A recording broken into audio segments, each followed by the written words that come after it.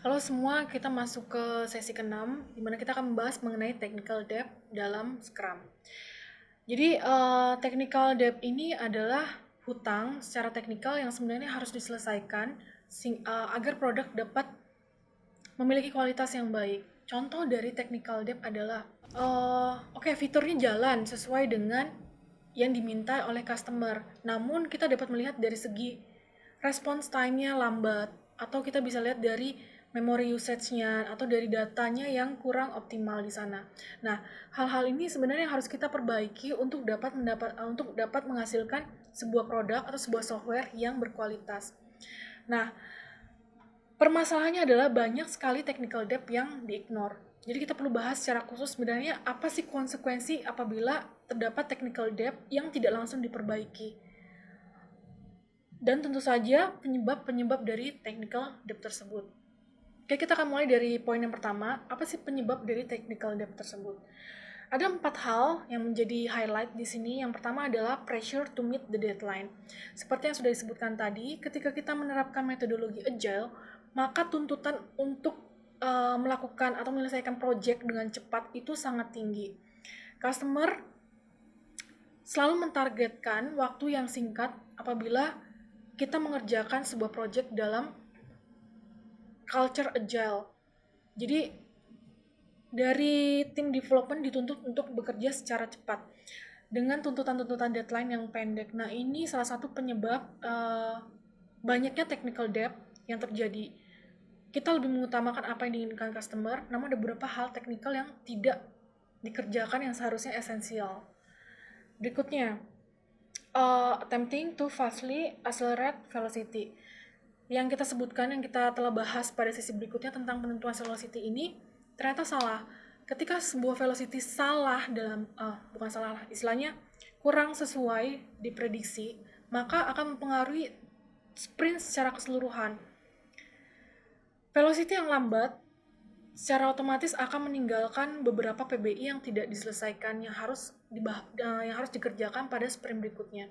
Apabila kita tidak memperbaiki velocity ini, dalam artian apakah kita perlu menambahkan tim baru, apakah kita harus menuntut tim kita bekerja dengan lebih cepat, ataukah menyesuaikan PBI, hal ini akan berujung pada ketidaksesuaian estimasi dari waktu yang sudah direncanakan dengan real delivery time kepada customer yang dijanjikan. Oke, yang ketiga adalah mitos di mana menyebutkan bahwa proses pengujian yang lebih sedikit akan mempercepat velocity.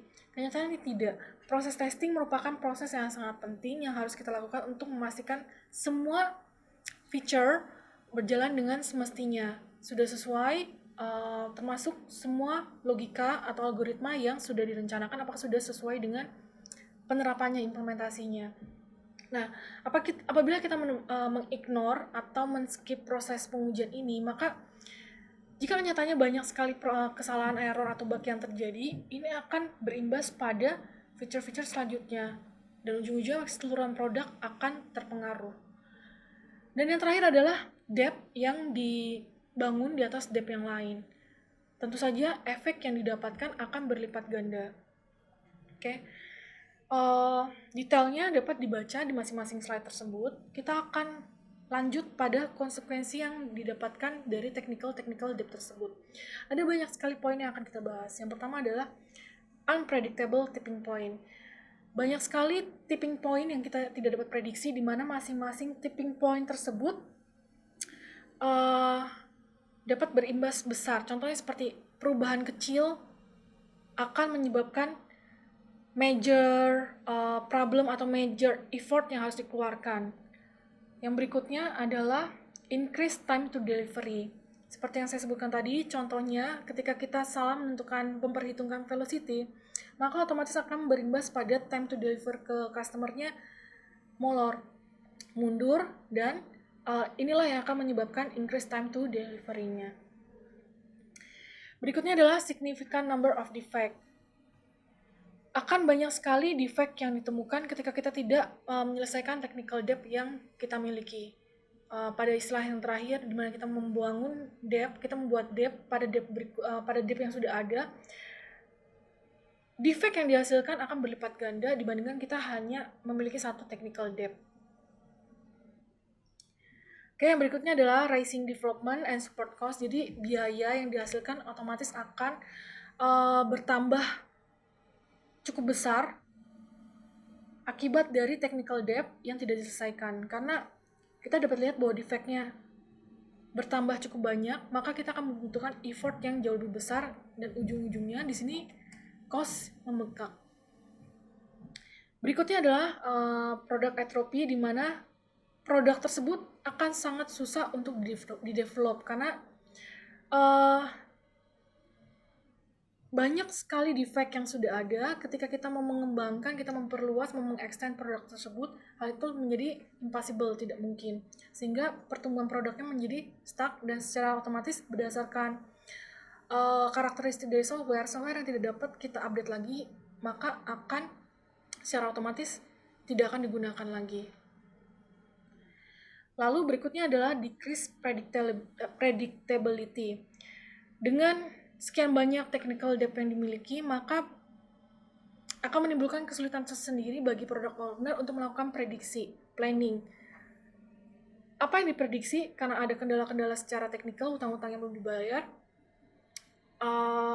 akan mempengaruhi ketepatan dalam prediksi yang dilakukan oleh si product owner tersebut. Yang berikutnya adalah underperformance. Ya, ini kita dapat lihat secara garis besar bahwa produk tersebut akan memiliki performance yang kurang dari segi kualitasnya dan lain-lain.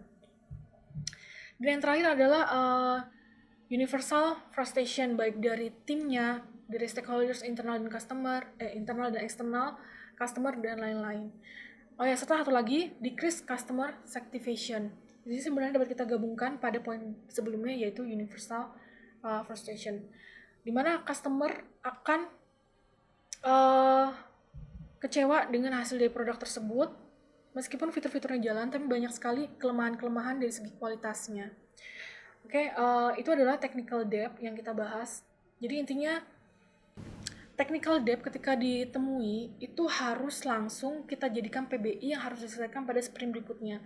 Kita sudah bahas pada sesi berikutnya bahwa penentuan PBI itu hanya tidak terbatas pada fitur-fitur dari project dari software itu, namun termasuk tipe PBI defect untuk memperbaiki. Nah, defect ini terkait dengan technical debt yang kita bahas. Technical debt ini sebaiknya harus langsung dijadikan PBI pada sprint berikutnya, sehingga tidak mempengaruhi kualitas software secara keseluruhan. Oke, sekian kita pembahasan mengenai technical debt dalam Scrum. Terima kasih.